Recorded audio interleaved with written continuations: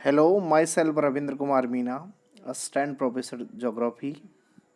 I welcome you all in this geography class. Today we are going to study environmental geography. आज हम BA part प्रथम वर्ष का जो द्वितीय पेपर है कोटा विश्वविद्यालय का, उसका जो भाग है पर्यावरण भूगोल, उसकी चर्चा यहाँ पे करेंगे, जिसके अंतर्गत हम देखेंगे कि जो इन्वायरमेंटल ज्योग्राफी है उसकी डेफिनेशन, नेचर एंड स्कोप, अर्थात इस विषय की परिभाषा, प्रकृति और विषय क्षेत्र का अध्ययन हम इस पेपर के अंतर्गत करेंगे। सबसे पहले हम इसका इंट्रोडक्शन पार्ट देखेंगे कि जिस तरीके से विश्व के अंदर पर्यावरणीय समस्याएं और उससे उत्पन्न जो विषमताएं हैं जितनी तेज़ गति से बढ़ रही हैं, उनका प्रबंधन किस प्रकार से किया जाए या उनका किस प्रकार से जो मानव जीवन यापन है उस पर प्रभाव पड़ रहा है। तो ये बहुत महत्वपूर्ण टॉपिक है जो भूगोल विषय में अपना जो महत्व है उसका इस बात से सिद्ध होता है कि मानव के जो समस्त क्रियाकलाप हैं वो पर्यावरण से ही संपन्न होते हैं, पर्यावरण के साथ ही संपन्न होते हैं। तो इसमें हम देखें कि इसका जो इंट्रोडक्शन पार्ट है इन्वायरमेंट का, उसमें हम देखें कि पृथ्वी पर जो मानव का निवास है वो ऐसे कहा जाता है कि लगभग 10 लाख वर्षों से है। यानी पृथ्वी की उत्पत्ति तो आज से बहुत साल पहले, लगभग 4.5 करोड़ साल पहले हुई, लेकिन मानव का जो की उत्पत्ति है वो लगभग 10 लाख वर्ष पहले हुई है। परंतु जितनी पॉपुलेशन की वृद्धि 10 लाख वर्षों में नहीं हुई, उससे कहीं ज़्यादा पिछले 100 सालों में हो गई है। उसका कारण यहाँ पे है कि स्वास्थ्य सुविधाओं की वृद्धि हुई है और उससे क्या है, व्यक्ति की जो औसत आयु है उसके अंदर वृद्धि हो गई है। साथ ही क्या है, बेहतर स्वास्थ्य सुविधाओं के कारण जो मृत्यु दर है उसमें ह्रास आया है और स्थिर जन्मदिन दर के कारण जनसंख्या है वो तीव्र गति से बढ़ी हुई है। अर्थात हम पुराने इतिहास को अगर देखें तो पिछले जो 100 सालों में जनसंख्या बढ़ी है उसका कारण है कि जो तकनीकी विकास हुआ है उसके साथ जो सुविधाएं बढ़ी हैं, स्वास्थ्य की सुविधाएं उनमें प्रमुख रूप से है, उससे मृत्यु दर घट गई है, जन्म दर स्थिर रह गई है। लेकिन जो घटती हुई मृत्यु दर है और जो जन्म दर है जो स्थिर रहे भले, लेकिन उसका परिणाम ये होता है कि सतत रूप से जनसंख्या है जो बढ़ती जाती है। आज हम देखें कि भारत में लगातार जनसंख्या बढ़ रही है और ऐसा अनुमान है कि 1 दशक के बाद में भारत दुनिया का पहला देश होगा जिसकी आबादी विश्व में सर्वाधिक होगी। वर्तमान समय में चाइना है पहले स्थान पर। आगे हम देखें कि रोजगार की प्राप्ति, चिकित्सा, शिक्षा, सुरक्षा आदि के आकर्षण से नगरीय जनसंख्या में भी अत्यधिक वृद्धि हुई है। अर्थात बढ़ती हुई जनसंख्या के साथ अर्बनाइजेशन का प्रारूप है वो भी देखने को मिल रहा है कि जो नगरीय जनसंख्या है उसकी जो प्रतिशत है अकॉर्डिंग टू ग्रामीण, या हम कहें कि जो 2 प्रकार की जनसंख्या होती है, ग्रामीण और नगरीय, उसमें क्या है कि नगरों की जनसंख्या है जो लगातार बढ़ती जा रही है। परिणाम क्या हो रहा है, देखिए परिणाम स्वरूप नगरीय पर्यावरण में गिरावट हुई है और यह पर्यावरण जो है प्रदूषित हो गया है। उदाहरण के लिए हम देखें तो भारत में दिल्ली अभी इन दिनों में जैसे ही फसल काटी जाती है उसके बाद पंजाब हरियाणा के अंदर पराली जलाई जाती है, दिवाली का सीज़न होता है, बहुत सारा पॉल्यूशन होता है, उसकी वजह से हम देखते हैं कि दिल्ली की बार बार चर्चा होती है कि वहाँ का जो पर्यावरण है बहुत प्रदूषित हो गया है। ये क्यों हो रहा है, क्योंकि बढ़ती हुई आबादी के कारण हो रहा है। संसाधनों का अत्यधिक विदोहन किया है, अति तीव्र औद्योगिक विकास और नगरों में अनियंत्रित और अनियोजित आवास के कारण मानव जनित नए प्रकार के दूषित पर्यावरण का वर्तमान में जन्म हो रहा है। हम इंट्रोडक्शन पार्ट देख रहे हैं इन्वायरमेंटल ज्योग्राफी का। वस्तुतः इस नए प्रदूषित पर्यावरणीय प्रभाव से प्रकृति के वे तत्व जो जीवन का संरक्षण करते हैं वो को प्रभावित हुए हैं। और यह प्रभाव जो जीवन का संचरण करने वाले जो प्राकृतिक तत्व हैं उनमें मृदा, वायु, जल और वनस्पति है, तो ये भी क्या हो गए हैं, प्रदूषित हो गए हैं। परिणाम ये हो रहा है कि मानवीय स्वास्थ्य और उसकी जो कार्य क्षमता है उसके ऊपर असर पड़ रहा है इस पॉल्यूशन का।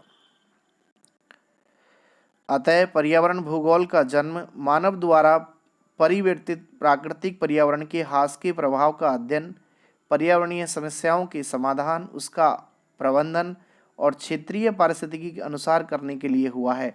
अब यहाँ पे समझ में आ रहा है कि ये इन्वायरमेंटल ज्योग्राफी आई कहाँ से है या पर्यावरण भूगोल का जन्म हुआ कैसे। तो मानव ने जो पर्यावरण का विदोहन किया है जिसकी वजह से ये पॉल्यूशन हुआ है, और पॉल्यूशन का प्रभाव अब दिखने लगा है कि उसकी जो कैपेसिटी है, उसकी कार्य क्षमता है, वो घट गई है। तो हम देखें कि जो कार्य क्षमता है उसके घटने के पीछे जो कारण है वो है पर्यावरण प्रदूषण। तो उस पर्यावरण को प्रदूषित होने से रोकने के लिए, उसका मैनेजमेंट करने के लिए ही पर्यावरण भूगोल का यहाँ पे उदय हुआ है, जन्म हुआ है। अब हम देखें कि ये इन्वायरमेंटल ज्योग्राफी होती क्या है, तो इसकी यहाँ पे डेफिनेशन देख रखी है कि पर्यावरण भूगोल सामान्य रूप से जीवित जीवों और प्राकृतिक पर्यावरण के मध्य, अर्थात जो नेचर है उसका जीवित जीवों से और मुख्य रूप से जो टेक्नोलॉजी है उसके स्तर पर विकसित आर्थिक मानव और उसके प्राकृतिक पर्यावरण के मध्य अंतर संबंधों के जो स्थानिक गुण है उसको अध्ययन को हम पर्यावरण भूगोल कहते हैं। अर्थात मानव का पर्यावरण के साथ जो इंटर रिलेशनशिप है, अंतर संबंध है, उनको पढ़ना पर्यावरण भूगोल कहलाता है। Inter relationship between man and nature. यहाँ पे दे रखा है कि जो मानव और उसके साथ जो उसकी तकनीक है उसने किस प्रकार से उस पर्यावरण के साथ अपने आप को एडजस्ट किया है या उसका विदोहन किया है या उससे संबंध स्थापित किए हैं, ये सब पढ़ना क्या है, इन्वायरमेंटल ज्योग्राफी है।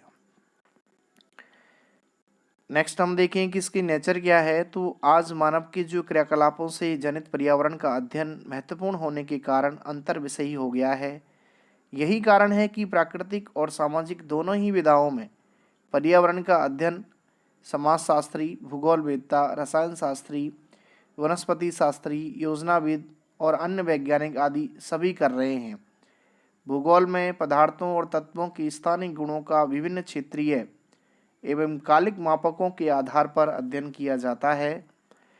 और पर्यावरण भूगोल के प्रथम सोपान में अध्ययन की प्रकृति पूर्व वैज्ञानिक है, जिसमें तथ्यों का प्राथमिक सर्वेक्षण और विश्लेषण प्राकृतिक वैज्ञानिक की भांति निष्पक्ष, तथ्यात्मक एवं गणितीय होता है, जबकि अन्य तथ्यों के वितरण और प्रभाव की व्याख्या मानव भूगोल की प्रकृति की तरह वर्णनात्मक, अभिव्यंजनात्मक और व्याख्यात्मक हो जाती है, जिसमें हम कहें कि एक क्षेत्र विशेष का मानव स्वतः अध्ययन की इकाई होता है। हम जानते हैं कि मानव समाज आज विविध जटिलताओं का क्या है, पुंज है।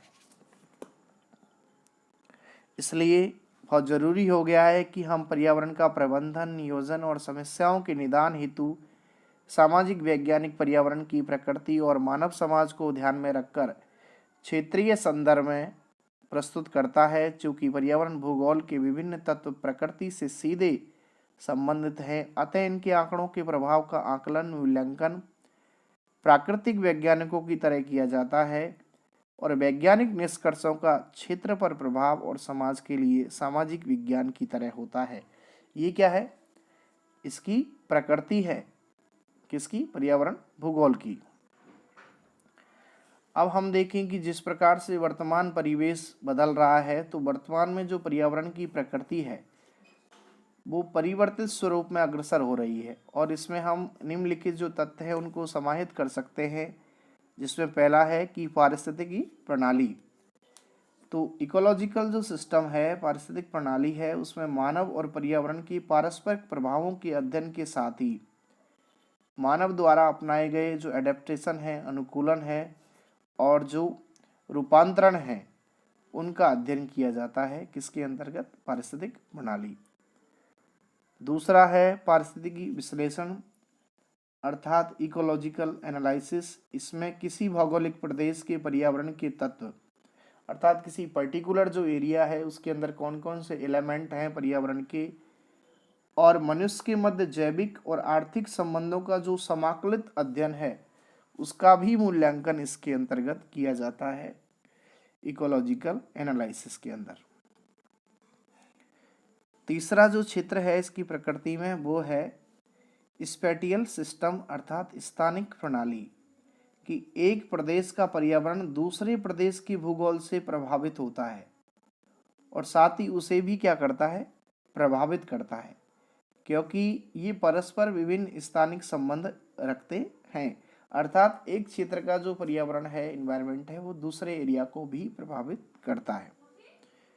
नंबर चौथा है स्थानिक विश्लेषण, जिसके अंदर स्पेटियल एनालिसिस है। स्थानिक विश्लेषण के द्वारा किसी भौगोलिक प्रदेश के पर्यावरण की अवस्थिक भिन्नताओं को समझा जाता है। नंबर 5 प्रादेशिक सम्मिश्र विश्लेषण, अर्थात रीजनल कॉम्प्लेक्स एनालिसिस, इसके द्वारा किसी पर्यावरण की क्षेत्रीय भिन्नताओं की प्रादेशिक इकाइयों में पारिस्थितिक विश्लेषण और स्थानिक विश्लेषण दोनों का सम्मिश्र अध्ययन होता है। नंबर 6 है स्टडी ऑफ बायोस्फीयर, की वर्तमान समय में जैव मंडलीय बृहद पारिस्थितिक तंत्र का पर्यावरण की अभिन्न घटक समूह के रूप में अध्ययन किया जा रहा है। और नंबर 7 प्राकृतिक आपदाओं का अध्ययन, अर्थात स्टडी ऑफ नेचुरल डिजास्टर, जिसके अंतर्गत प्रकृति के द्वारा जो आपदाएं आती हैं, जिसमें भूकंप, ज्वालामुखी, बाढ़, सूखा, चक्रवाती तूफान आदि को भी पर्यावरणीय अध्ययन में महत्व मिला हुआ है। तो ये क्या है, वर्तमान में जो प्रकृति परिवर्तित हो रही है इस विषय की, इस इन्वायरमेंटल ज्योग्राफी की, तो ये वर्तमान समय में इसके अध्ययन के क्षेत्र हैं या इसकी प्रकृति है। अब हम देखें कि स्कोप क्या है इस विषय का, कि इसमें किस चीज़ का अध्ययन है जो किया जाता है। तो उसमें है पर्यावरण एक पारितंत्र के रूप में संगठन और उसकी कार्यशीलता, अर्थात यहाँ पे मानव और पर्यावरण के मध्य जो अंतर संबंध हैं या अंतर संबंधों की जो संकल्पनाएं हैं उनका अध्ययन इस विषय के अंतर्गत किया जाता है। दूसरा है मानव पारिस्थितिक संबंध और पर्यावरणीय अवनयन, अर्थात मानव और पर्यावरण के जो संबंध है उनके साथ किस प्रकार से पर्यावरण का अवनयन हुआ है, जिसमें हम विभिन्न पर्यावरणीय प्रदूषण, उसके स्रोत और निवारण का अध्ययन यहाँ पे करते हैं।